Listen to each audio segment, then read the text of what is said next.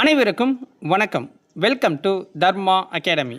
இந்த வீடியோவில் நம்ம பார்க்க போகிறது டிஎன்பிஎஸ்சி ஃப்ரீ டெஸ்ட் சீரீஸில் மாதிரி தேர்வு 31. உங்களுக்கு ஒரு சேலஞ்ச் கொடுக்குறேன். இந்த வீடியோவில் ஒரு 30 கொஷின் உங்ககிட்ட கேட்குறேன். உங்களால் முடிஞ்சால் ஒரு 25க்கு மேலே எடுத்து காட்டுங்க. ஓகேவா? 25க்கு மேலே எடுத்தாலே நீங்கள் நல்லா தான் படிச்சுக்கிட்டு இருக்கீங்கன்னு அர்த்தம். ஸோ எத்தனை கொஷினுக்கு கரெக்டாக ஆன்சர் பண்ண முடிஞ்சுது அப்படிங்கிறத கமெண்ட்ஸில் சொல்லுங்கள். வீடியோ பிடிச்சிருந்தா ஒரு லைக்கை போட்டுவிட்டு உங்கள் நண்பர்களுக்கு ஷேர் பண்ணுங்கள். சேனலை சப்ஸ்கிரைப் பண்ணாதவங்க சப்ஸ்கிரைப் பண்ணி வச்சுக்கோங்க. அப்போ தான் அடுத்தடுத்த வீடியோ உங்களுக்கு நோட்டிஃபிகேஷனாக வரும். வீடியோக்குள்ளே போயிடலாமா? ஃபஸ்ட்டு கொஷின் பாருங்கள்.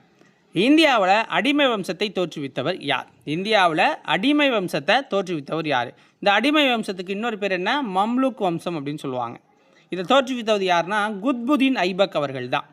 முகமது கோரி அப்படிங்கிறவருடைய அடிமையாக இருந்தவர் தான் இந்த குத்புதீன் ஐபக் அவர்கள். ஸோ அவருடைய இறப்புக்கு அப்புறம் டெல்லியோட சுல்தானா அறிவிச்சுக்கிட்டாரு தனக்கு தானே. அதுக்கப்புறம் அடிமை வம்சம் ஸ்டார்ட் ஆகுது. இவர் தான் இந்த டெல்லியில் இருக்கிற குதுபினார் இருக்குல்ல, அதுக்கு கட்டுமானப்படியை தொடங்கி வச்சது இவர் தான். அதாவது அடிக்கல் நாட்டினவர் இவருன்னு வச்சுக்கோங்க. விக்ரமாதித்யன் என்ற பட்டப்பெயர் கொண்டவர் யார்? விக்ரமாதித்யன் என்ற பட்டப்பெயர் கொண்டவர் யார்?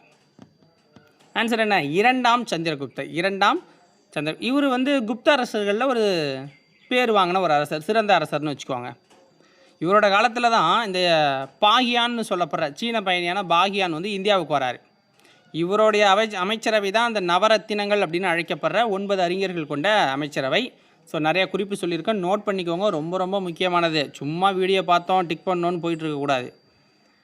பேரரசி விக்டோரியாவின் பிரகடனம் வெளியிடப்பட்ட ஆண்டு என்ன? பேரரசி விக்டோரியாவின் பிரகடனம் வெளியிடப்பட்ட ஆண்டு என்ன? 1858. 57 புரட்சி நடக்குது. ஸோ அதுக்கப்புறம் பார்த்திங்க அப்படின்னா கிழக்கிந்திய கம்பெனி ஆட்சி பண்ண வேண்டாம், நம்மளே ஆட்சி பண்ணிக்கலான்னு டைரெக்டாக பிரிட்டனே நம்மளை ஆட்சி பண்ணுறது தான் இந்த பிரகடனத்தின் மூலமாக வெளிப்படும்.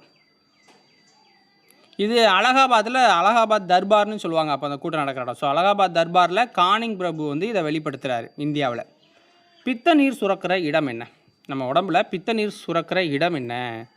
கல்லீரலில் பித்த நீர் சுரக்கும்.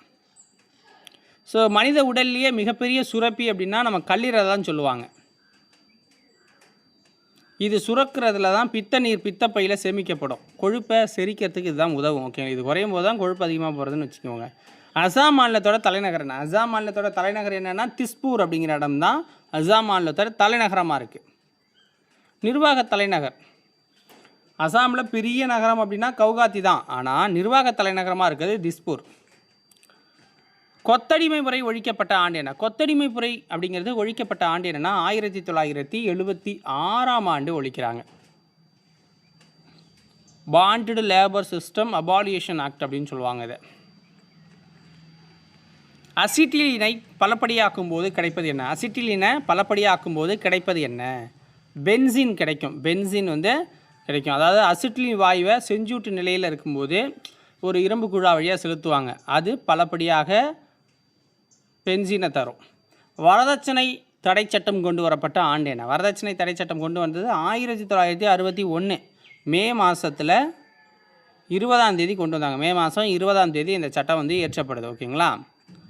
இந்தியாவின் குறுக்காக செல்லும் சிறப்பு அச்சரேகை என்ன? இந்தியாவோட குறுக்காக போகிற சிறப்பு அச்சரேகை என்ன?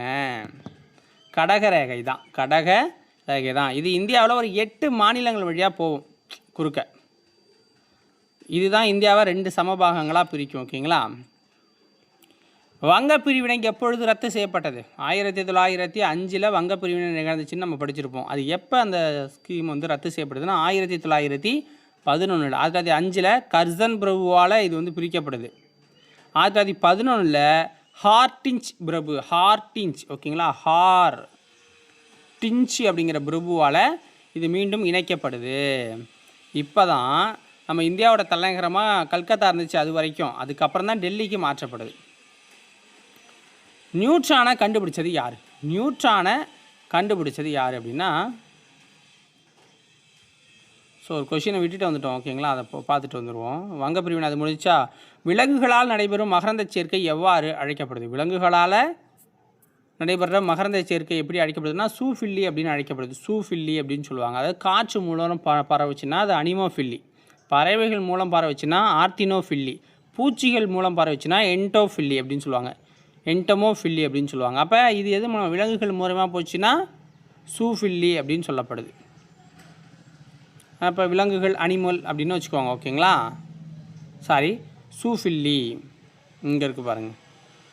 காற்று மூலமாக போனால் தான் அனிமம், பறவைகள் மூலம் போனால் ஆர்த்தோ, பூச்சிகள் மூலமாக போனால் எண்டமோ. ஓகேங்களா. அடுத்தது பாருங்கள், நியூட்ரானை கண்டுபிடிச்சது யார்? நியூட்ரானை கண்டுபிடிச்சது யார்? ஜேம்ஸ் சாட்விக் அப்படிங்கிறவர் தான். ஜேம்ஸ் சாட்விக் அப்படிங்கிறவர் கண்டுபிடிக்கிறாரு 1932. புரோட்டானை கண்டுபிடிச்சது யார்? Ernst Rutherford. எர்னஸ்ட் ரூதர்ஃபோர்டு வந்து நமக்கு புரோட்டானை கண்டுபிடிக்கிறாரு. ஜாவா, சுமத்ரா ஆகியவற்றை வெற்றி கொண்ட இந்திய அரசர் யார்? ஜாவா தீவும் சுமத்ரா தீவெல்லாம் வெற்றி கொண்ட இந்திய அரசர் யார்? முதலாம் ராஜேந்திர சோழன். இவர் தான் ராஜராஜ சோழனுடைய மகன் வச்சுக்கோங்க. கங்கை சோழன், கடாரங்கொண்டான் அப்படின்லாம் அழைக்கப்படுறாரு.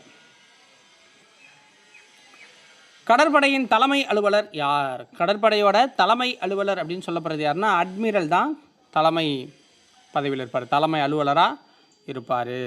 விமானப்படை தலைமை அலுவலர் யார்? ஏர்ஷிப் மார்ஷல்னு சொல்லுவாங்க. இராணுவத்துக்கு ஜென்ரல். புரியுதுங்களா? கடற்படைனா அட்மிரல், இராணுவத்துக்கு ஜென்ரல், விமானப்படைக்கு ஏர்ஷிப் மார்ஷல். கிபி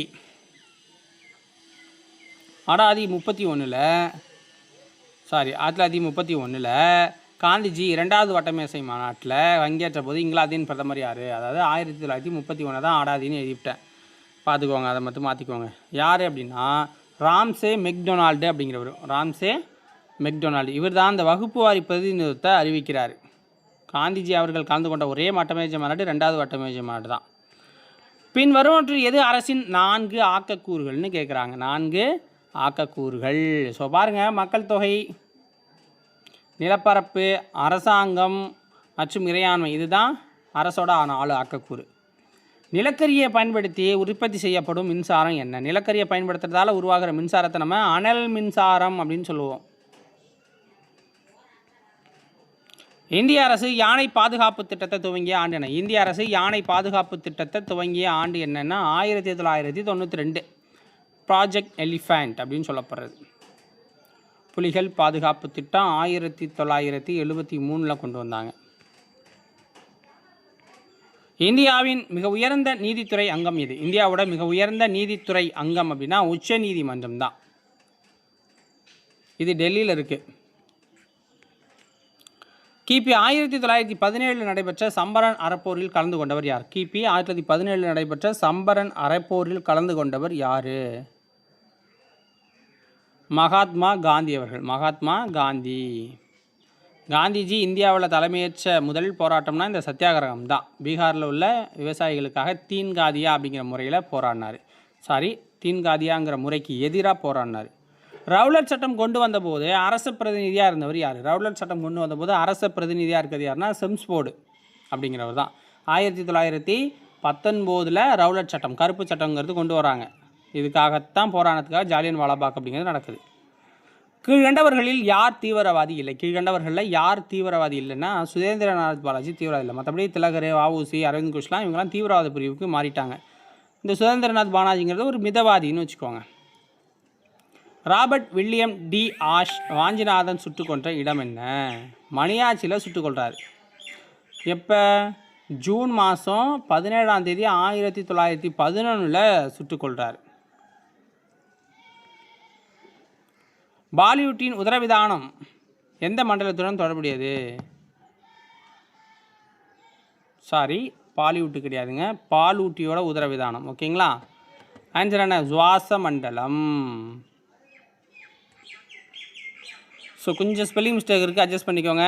பலக்கட்சி ஆட்சி முறை நடைபெறும் நாட்டிற்கு ஒரு உதாரணம் என்ன? பலக்கட்சி ஆட்சி முறை நடைபெறுறது இந்தியாவில் நடக்குதுங்க. இந்தியாவில் தான் நிறைய கட்சி இருக்குது.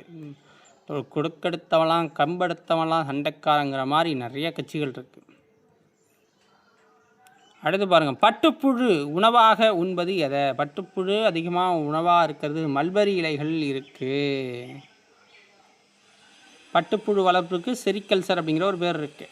சூரியன் உதயமாகும் நாடு என்ன? சூரியன் இங்கே உதயமாகுது ஃபஸ்ட்டு, ஜப்பானில் ஃபஸ்ட்டு உதயமாகும். Land of the rising sun அப்படின்னு சொல்லுவாங்க. நடு உறைவில் சூரியன் உதைக்கும் நாடு நார்வே. குடியரசுத் தலைவராக பொறுப்பேற்க வயது வரம்பு என்ன? குடியரசுத் தலைவராக பொறுப்பேற்க வயது வரம்பு என்னவா வச்சுருக்காங்க? நான் ஒரு 35 வயசாக இருக்கணும்.